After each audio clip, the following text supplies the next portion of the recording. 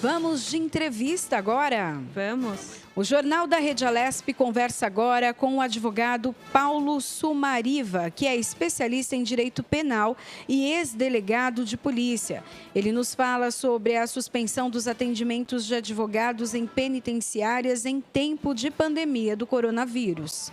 Bom dia, doutor Paulo. Seja bem-vindo ao Jornal da Rede Alesp. Bom dia a todos. É um prazer estar aqui hoje falando com vocês sobre um assunto tão importante e tão relevante para o cenário jurídico, né, e nacional. Doutor, foi feita a suspensão aí do atendimento nos presídios e a gente entende o motivo pelo qual essa suspensão foi feita, mas se há alguma emergência com o preso, como é que faz?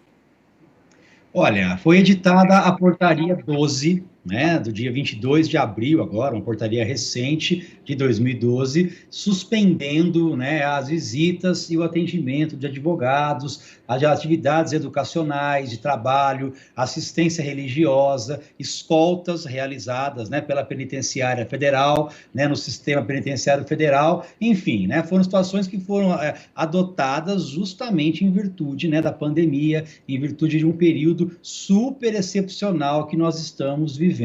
É claro que essas visitas, que esses atendimentos de advogados, essas atividades educacionais, elas foram suspendidas aí por 30 dias, né? Essa primeiro é a primeira hipótese por 30 dias, porém, existem exceções. Tá? A própria portaria, no artigo 1º, ela estabelece para a gente duas exceções que eu acho importantes. Quais são elas, né? A primeira, com relação às visitas de advogados, ligadas aí em decorrência de urgência, de necessidade de urgência e que envolvam, né, inclusive aqueles prazos processuais que ainda não estão suspensos. Então, nessa hipótese, a visita ela pode ser feita num caráter excepcional. E também, né, a questão das escoltas de requisições judiciais, as inclusões emergenciais, né, com relação da necessidade em que isso deva acontecer. Então, também é uma outra situação em que é possível que se faça esse atendimento. A portaria ela veio justamente para tentar limitar uma situação excepcional que nós estamos vivendo. Doutor Paulo, a suspensão desse atendimento, ele fere o direito, então, do detento ou não, já que tem essas exceções? Olha, no meu ponto de vista, não fere, justamente porque é um período excepcional, né, que nós temos que colocar aí regras, a gente tem que estabelecer essa existência, essa necessidade de regras diferentes. Então, isso é um ponto que tem que ser avaliado, né, com grande clareza, e ela cria essas exceções justamente em emergências, né, em situações emergenciais, que são situações que vão necessitar do contato com o advogado em decorrência disso, e também, né, nessas escoltas de requisições judiciais, né, inclusões aí de emergências, que pela sua natureza elas precisam ser realizadas. Então, não se fechou ali essa possibilidade. É claro que isso vale só por 30 dias, né, tem que deixar bem claro isso, e ela só existe em virtude da pandemia que nós estamos passando, né, em virtude dessa questão aí excepcional que nós estamos passando. Doutor Paulo, existe alguma possibilidade do contato com o seu cliente via videoconferência, por exemplo?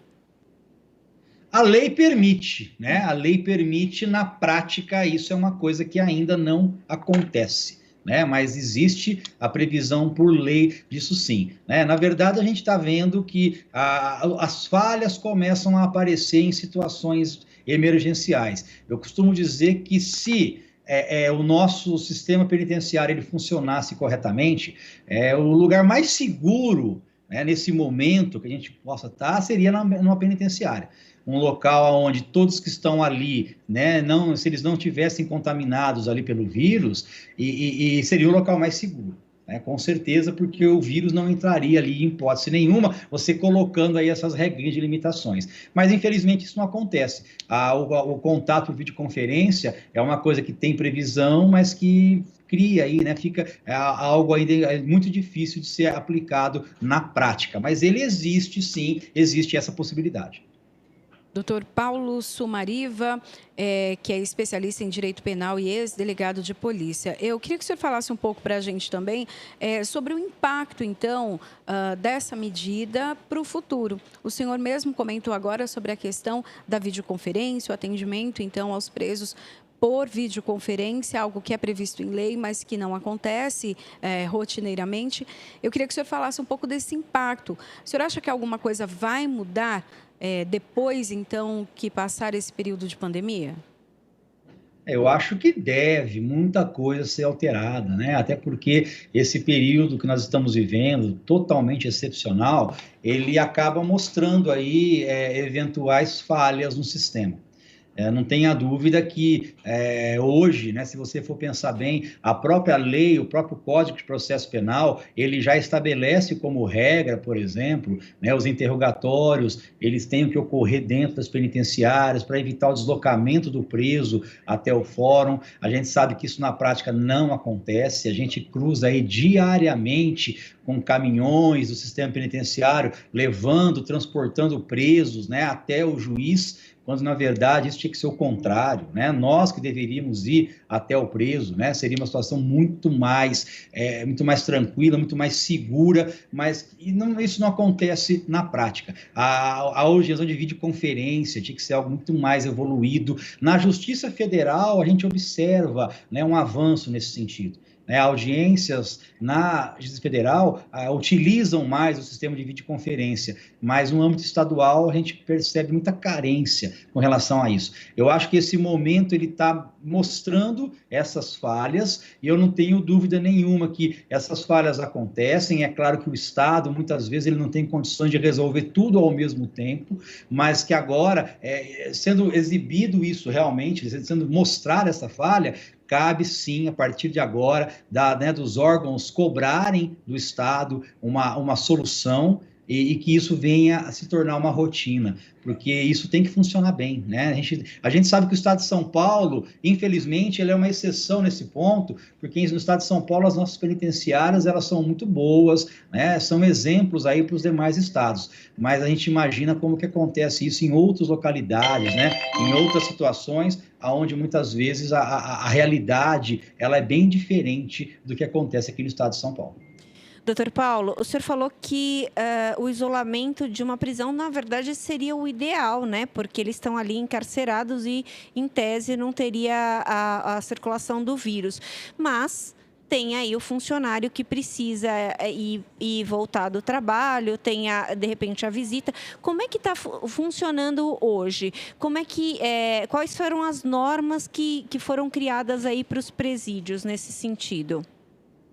Olha, a gente percebe, né, foi criada até uma portaria, a portaria 135 de 2002, agora de 2020, do então ministro Sérgio Moro. Ele estabeleceu aí padrões mínimos e condutas que devem ser adotadas no âmbito prisional, visando essa prevenção, né, da disseminação do Covid-19, criando aí, né, os protocolos de grupo de trabalhos das penitenciárias nacionais e estabelecendo regras, por exemplo, restrição de entrada de visitas nas unidades prisionais, inclusive de advogados, tirando essas exceções, a separação imediata dos presos que entram no sistema via prisão em flagrante ou via transferência, até porque isso não acabou. As prisões em flagrante continuam existindo e esses presos continuam sendo levados às penitenciárias. Então, estabeleceu-se regras desses presos ficarem isolados até o período dos 14 dias, que eles possam ali passar eventualmente essa doença, esse vírus para outras pessoas. Estabeleceu-se regras de limitação de transferências, de recambiamento de presos nas unidades, criação de áreas específicas para isolamento de presos que estão com gripe, acometidos de sintomas gripais, o isolamento de presos maiores de 60 anos, ou com doenças crônicas, a realização aí de audiências de custódia, inclusive com a possibilidade, há uma recomendação do CNJ nesse sentido, dos juízes reavaliarem a necessidade realmente de manter a pessoa presa, e aí criando, promovendo campanhas educacionais, aumentando o tempo diário, né, do banho de sol. Então, isso também é outra medida bem interessante, aumentando aí esse tempo diário, suspendendo as saídas temporárias, para evitar que as pessoas voltem, suspendendo férias e licença dos servidores do sistema prisional. E é claro, né, esses funcionários que precisam sair e retornarem, eles têm que tomar o máximo cuidado para evitar o contato com os presos. Então, tem que ser situações aí de higiene, né, de limpeza de mão, enfim, os cuidados normais que nós tomamos e que também tem que ser tomado dentro desse sistema. Eu afirmo que se esse sistema funcionar efetivamente, nós estamos aí, sem dúvida, dentro do local mais seguro, né, porque ali, se o vírus não está lá e você impede esse vírus de entrar dentro da penitenciária, não tenha dúvida que ela passa a ser aí o local mais seguro para que todos possam estar. O senhor falou da segurança, né, de quem está lá dentro, mas também se tiver uma contaminação, também é devastador. Sem dúvida, é por isso que isso não pode acontecer, né? E aí vem aquela crítica também que estavam sendo feita da resolução do CNJ, né, de manter as pessoas em prisão domiciliar. E eu não vejo como crítica isso, eu vejo isso como algo super necessário num país com tantas diferenças de tratamento do sistema prisional. É claro que a gente tem que estabelecer que isso é uma regra, isso na verdade, isso é uma exceção, essa não é a regra. Existem situações que o preso, ele vai para a prisão domiciliar e lá ele vai cometer crimes. Isso vai acontecer, né? Infelizmente, isso acontece em toda a sociedade e aqui não seria diferente. Mas nós não temos que criar isso como sendo a regra, né, da prisão domiciliar. E isso é feito, né, os presos que são colocados ali em prisão domiciliar, recomendando, diante da recomendação do CNJ, sendo analisado isso caso a caso, né, pelo juiz da execução penal, isso aí é algo excepcional. E isso só acontece levando em consideração caso a caso, né? A gente sabe que tem penitenciárias hoje, e talvez a maioria, as penitenciárias não registram casos nenhum de detentos com a Covid-19, e eu afirmo novamente, se esses presos que estão lá, se ninguém ali tem o vírus, o local ali é um local mais seguro para que todos possam estar. Doutor, eu queria falar um pouco dessa questão da prisão domiciliar, para que as pessoas, eu queria que o senhor explicasse quais são as regras para que o preso solicite essa prisão domiciliar, se, por exemplo, um preso que se declara grupo de risco, ele está apto a pedir essa prisão domiciliar, só para que a gente contextualize as pessoas que estão em casa.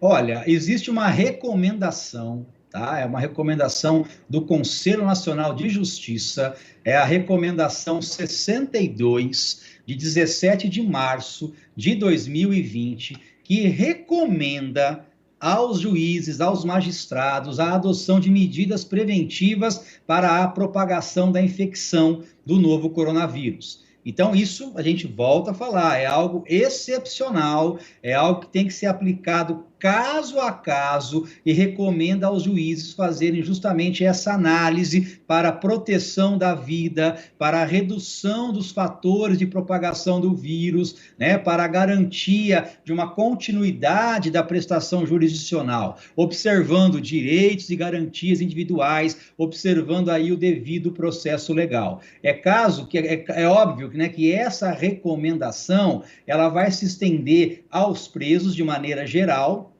mas as gestantes, as lactantes, né, aqueles presos ligados aí a medidas socioeducativas relacionadas a atos infracionais, né, da vara da infância e da juventude, né? Então são situações que a gente tem que analisar, e também essa recomendação ela vale, né, ela fala de crimes praticados sem violência, né, crimes praticados sem violência, criando, então, a possibilidade de, nessas hipóteses, a pessoa permanecer na sua residência. A gente sabe que o regime aberto no Brasil, em todas as comarcas, praticamente o regime aberto, ele é o aberto domiciliar. Porque nós não temos os casos do albergado funcionando aí no Brasil, isso não existe. Em que pese nós temos uma lei de execução penal que já é antiga, né, que é lá de 84, mas essa situação do regime aberto, todo o regime aberto acaba sendo domiciliar. Quem é que fiscaliza o regime aberto? Isso é uma dúvida que a população sempre pergunta, mas quem vai fiscalizar? A regra do regime aberto é justamente uma autofiscalização. É o próprio preso que tem que se autofiscalizar. Então, é ele que tem que cumprir as regras, é ele que não deve descumprir aquilo que foi estabelecido pelo juiz da execução penal. E é claro que se ele descumprir isso, o Estado vai ficar sabendo, de um jeito ou de outro, o Estado vai ficar sabendo. Até porque não tem como você colocar ali, né, um agente do Estado em cada residência de pessoas que estão no regime aberto domiciliar. Mas o importante é que essa situação hoje, ela é excepcional e ela só é aplicada justamente em virtude, né, do vírus, em virtude do Covid-19, para evitar, né, a propagação para as demais para os demais presos que estão na penitenciária. Ficando aí, né, o critério pessoal para cada caso. É o juiz que vai analisar o caso concreto para decidir se deve ou não ser aplicada essa prisão domiciliar àquele caso. Doutor, no caso dessa suspensão de atendimentos, também acontece ali com a questão dos jovens infratores, tem a questão das visitas, né, as atividades educacionais, isso também acontece com os jovens infratores? Sim, né? A questão, ela se aplica a todos, né? As penitenciárias federais, né? Do sistema penitenciário federal. Essa portaria, né? É a portaria 12 do Ministério da Justiça, que se aplica a todas as penitenciárias. Então, ela abrange tanto o atendimento de advogados, como também atividades educacionais e de trabalho e de assistência religiosa. Então, ela abrange aí toda essa questão para essas penitenciárias, né? Justamente para evitar que esse vírus ele entre no sistema prisional. Essa é sempre a medida que tem que ser levantada e tem que ser deixado bem claro isso. Ok, doutor.